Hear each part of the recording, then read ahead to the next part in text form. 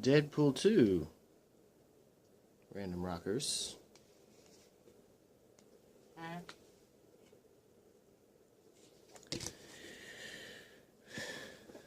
Yeah, I seen it 2 nights ago. I had a lot of time to kind of think on it, and yeah, and I also figured it's a Deadpool thing to do to wear the tie-dye, so, yeah. Plus, you see me pretty much wearing that one same shirt in the car, and we're not in the car this time. We're back in here. So, alright, Deadpool 2. There's not much that I could say that wouldn't require spoilers. However, I'm not doing that just yet. All I can tell you is I'm just going to give it to you short. This film may be divisive in the sense of whether or not, as a sequel, is it better than Deadpool? Is DP2 better than DP1? Well, some are saying it is, some are saying it's not, some are somehow in the middle. I'm kind of in the middle, but leaning towards not really, but not to the extent that it's not worth going to check out. It's definitely different in the sense that it is more, comes off more like an action film with some of the dark comedy elements are added into the mix that we've come to expect out of Deadpool. And that's the one thing that you can go in knowing is that Ryan Reynolds himself at least still gives a shit. T.J. Miller, it just... There might have been like a couple jokes, but I barely remembered, and I just found Weasel this time around annoying, and from what I'm hearing, if there is a Deadpool 3, we're not going to see him again after the stupid stuff that pretty well is the whole Me Too movement. He's now been kind of hit by that, so yeah, it doesn't help him much, and now it's good luck with that. But overall, I'd say the film in and of itself, yeah, it rocks. I can't say masterclass though. But a lot of people going as far as to say Deadpool 2 is better than Infinity War. It's a bit of a stretch. However, that being said, now I'm gonna just say, at this point, hats off. You've been warned. Spoiler time. Alright. Oh, I may as well hold this while I'm at it. So, Vanessa dies immediately early in the movie. And the whole point of that whole thing has basically, and it seems Deadpool's trying to want to have kids, but then due to an issue of him trying to clean up the world, him actually going and doing his mercenary jobs and whatnot, fortunately he let one guy go, and that in turn somehow led them to his place and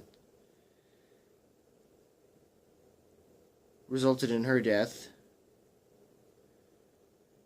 And now he's basically back to being, the Deadpool of before from most of last movie, and to some extent, but he's starting to eventually go on a different path, hoping to learn. And it's not like we don't see Vanessa in the movie. It's more she just comes around during times where he's kind of having near-death experiences, and kind of being the voice in his head, that certain guardian angel voice in his head, kind of a thing. So, I'd say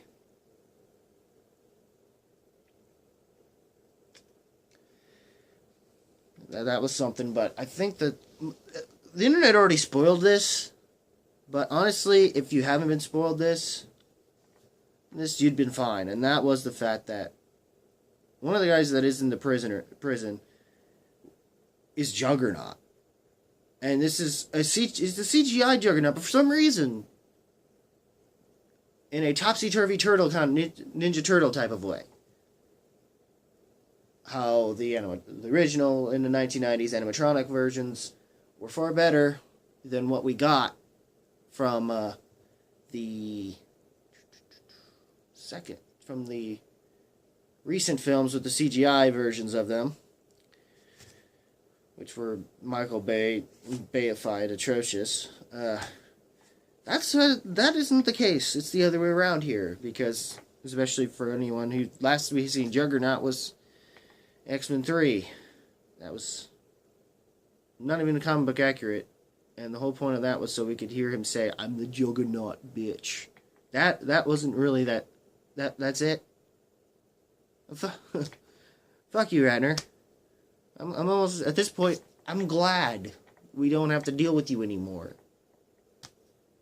You know? I am.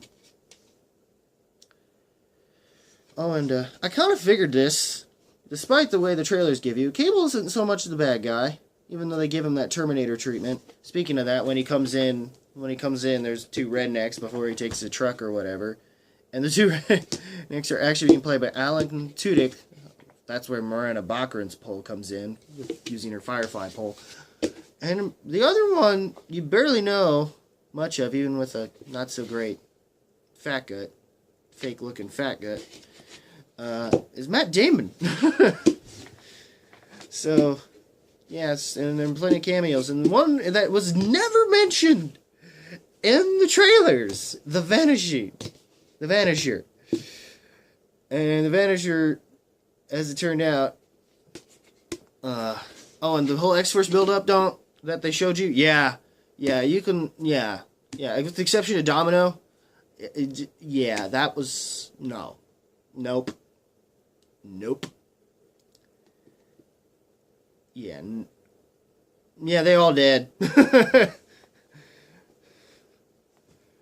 One through a bus, one through a... That's pretty gruesome, too. One through a... sawdust thing. Sawdust... wood chipper? There we go. The one via the acid vomit of that certain person that was in that wood chipper. Which that part, and specifically, didn't matter. And that's another thing. The ad, when it came to the whole thing with the mustache dude, Peter, they didn't I don't think they showed in the trailer Mulhinder or whatever his name was, the cab driver, in that scene. Because it would have spoiled a big scene that probably would have just from everything building up to that point. And when I saw that him in the scene, I'm like, oh my god, because I didn't see him in the scene in the trailer.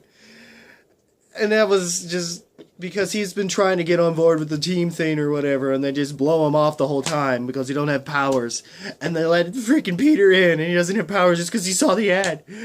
And immediately when I saw him in the background, I know he wasn't in there. I was like, oh god, here we go. That just makes the scene elevated better. He's like, motherfucker!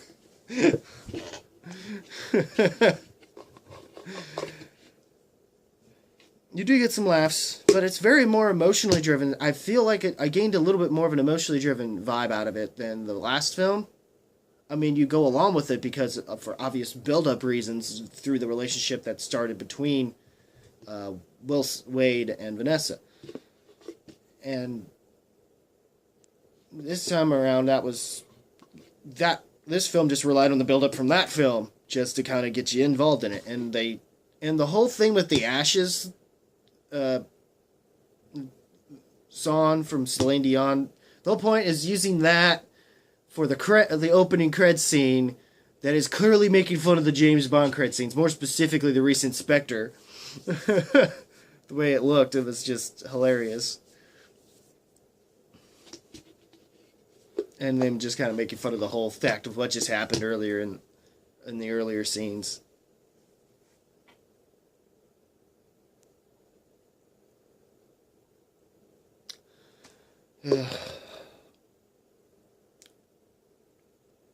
But other than that, I mean, and of course, the whole thing eventually leads to him having to nearly blow himself up because of that.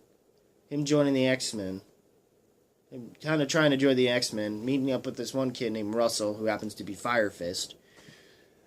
And turns out that this Fire Fist kid having something to do with Cable's future, more specifically him killing because of killing his kid, and he's trying to kill him before he decides to get a taste for it. Yeah, get a taste for killing, basically, of that certain bloodlust. So that leads down that path, and it's pretty clear that they do find a way to save him, and it's basically Deadpool using the one power dampener that was used in the prison on himself to kill himself as a way to block the bullet for the kid. Cable goes back, fixes it to where he basically just throws the coin that he took from him, that he gave to Vanessa earlier in the movie, to block the bullet, allowing the act of selflessness to still cool off his bloodlust. Overall, which of course he did all this to go after the guy from this Essex orphanage house or whatever, another Mr. Sinister reference. And they finally got, with this bigger budget, more little references, like earlier on after he's wheeling around in one of the wheelchairs for Xavier, we actually get to see the recent cast of X-Men. The more recent films as opposed to the original ones. Ones that even despite the Patrick Stewart reference, they actually show them, and they're just kind of just hiding from Deadpool. It's like kind of funny that way. And then, so fun. It's just, but the best thing about this whole thing was, and Juggernaut turns out to be voiced by Ryan Reynolds. So that's even fun. That's even more of an interesting fact. So you get that CGI fight with him and Colossus. And of course, before all this, Cable and him making a deal leading into the end of this film, and eventually this leading up to what we were going to get out of X-Force, and the lineup we have coming out of this is what we do get out of X-Force: Colossus, Cable, Deadpool, Domino. Fucking hilarious, by the way. Definitely, I think, made up for Negasonic Teenage Warhead, who was barely much in the film. Colossus wasn't much in the film either, but he does play a nice part in it, too. So, but he has a bigger role because of the whole Juggernaut thing.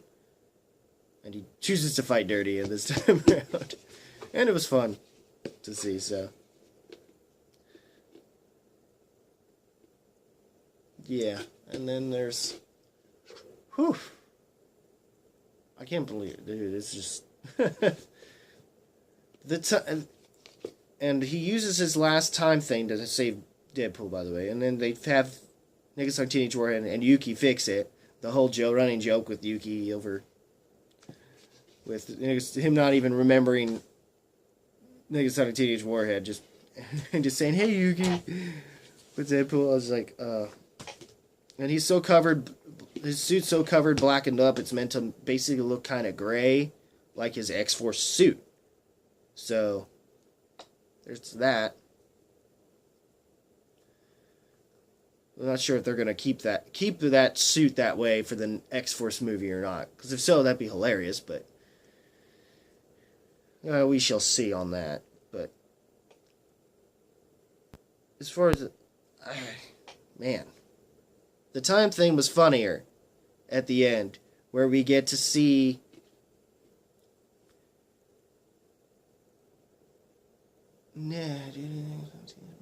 we get to see, after they fix the little time thing, there was, oh god, what have we done? He basically goes back, fixes the whole thing with Vanessa to where she doesn't die. I think, and makes sure Peter doesn't go and help, what's his face, that's played by Bill Skarsgård, out of the wood chipper, so he doesn't get, acid vomit on him. And mostly because he was a good family dude or whatever, and she told him there was no X-Force or whatever, and he's basically using it to fix his timeline. I don't know how much they fixed of it, but apparently he's able to go around 4 times. The other 2 times were more for the gag, more out of a gag, and that was them using the scenes from X-Men Origins Wolverine, where it's face to face with that Deadpool, and you see him come out, see a gunshot right in the face, and he's like, "Sorry, I just see you cleaning up the timeline."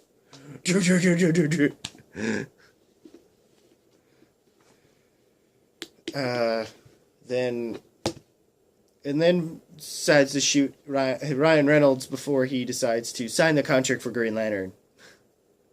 Time to go into big leagues. You're welcome. Shoot him in the head before saying, "You're welcome, Canada." And there's nothing at the end. It's more mid-credits. So don't necessarily stay to the end unless you want to laugh at the songs that were playing in the movie, like the weird choir thing, and like the X-Force remix on Deadpool rap thing, X-Force remix or whatever. At that point, if not, then you just leave the theater and maybe just go get the soundtrack. I don't know. The soundtrack's kind of fun. Holy shit balls! And I think that's all I could really say. That sort of is spoilerish. There's other things that happened. Yeah, the Vanisher, which turns out to be Brad Pitt, by the way.